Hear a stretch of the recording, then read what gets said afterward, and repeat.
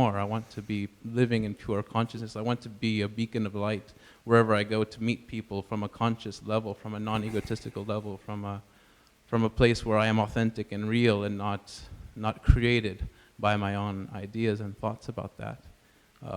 So where's the piece of paper to sign? There is no piece of paper. There is no need for it. You see,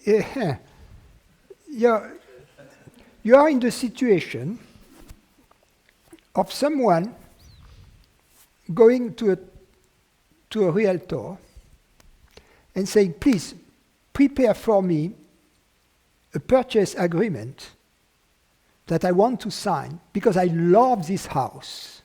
And the realtor says, but you own it.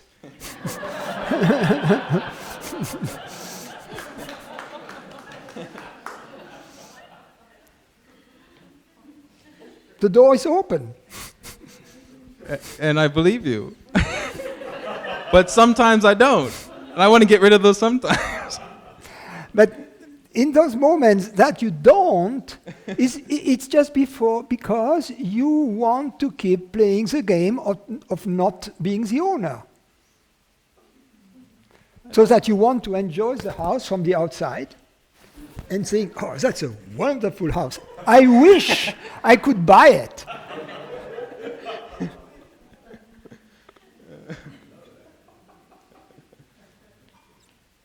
I mean, it doesn't feel to me that I want to look at the house from the outside. It just happens. If someone says something to me that causes an ego reaction that has been conditioned over many years, over lifetimes, it pulls it out of me. And I'm lost in it, not consciously. I get lost in it. And then I go back in retrospect later, I was like, oh, God, I was completely not here. And I wish I had been. You know?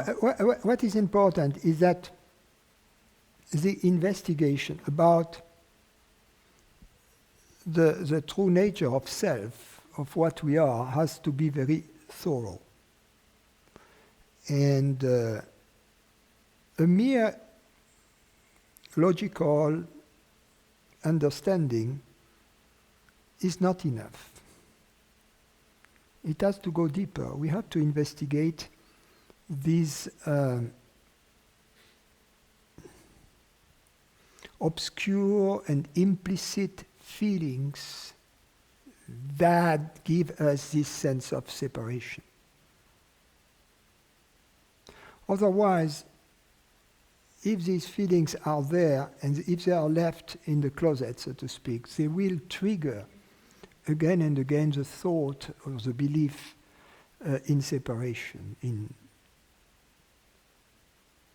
Now, there is also another element which is important.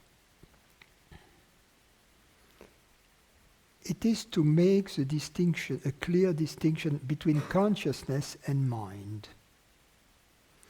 Consciousness is that which is hearing these words right now, right? It is the one which is at the receiving end, but not the one who is in charge of transportation, right?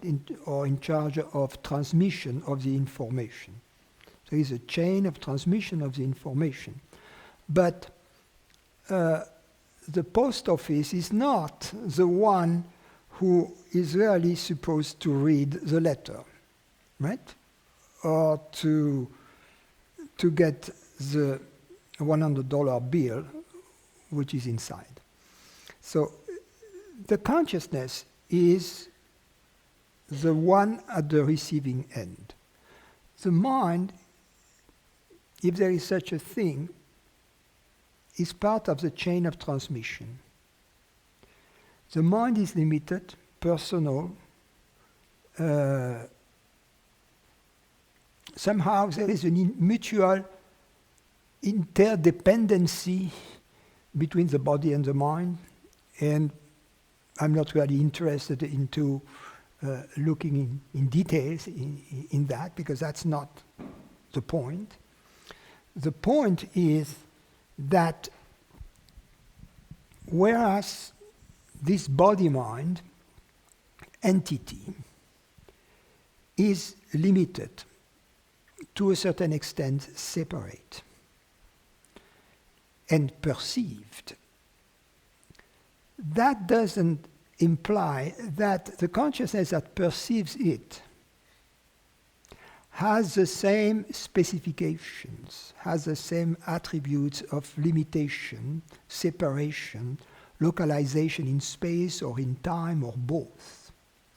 And it is a really, on the one hand, childish thing, simplistic thing, and on the other hand, inconsistent thing to attribute to the subject, consciousness, the limiting qualities of that which it perceives. That's very important.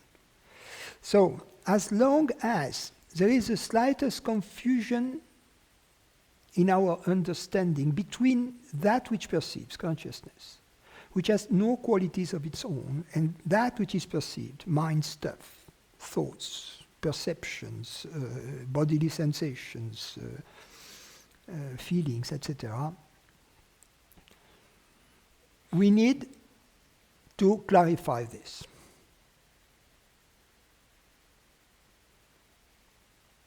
So, in other words, we need to be fully open, without the slightest reservation, the slightest intellectual reservation, to the possibility that consciousness is universal rather than limited, personal, localized, etc.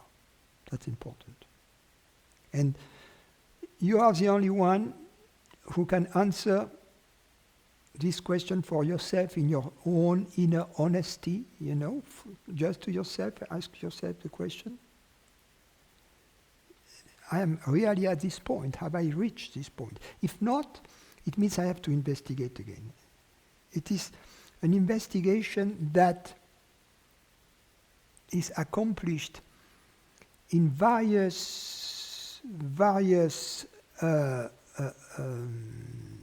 steps. It's like the cleanup of a house which is really dirty. First you hire perhaps an industrial house cleaning company, and they do the big thing. But they are not going to clean up your drawers, and to do the fine job. So there are several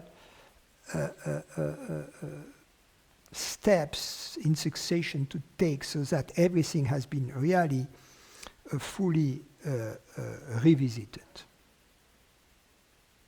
And then these obscure feelings, bodily sensations, etc.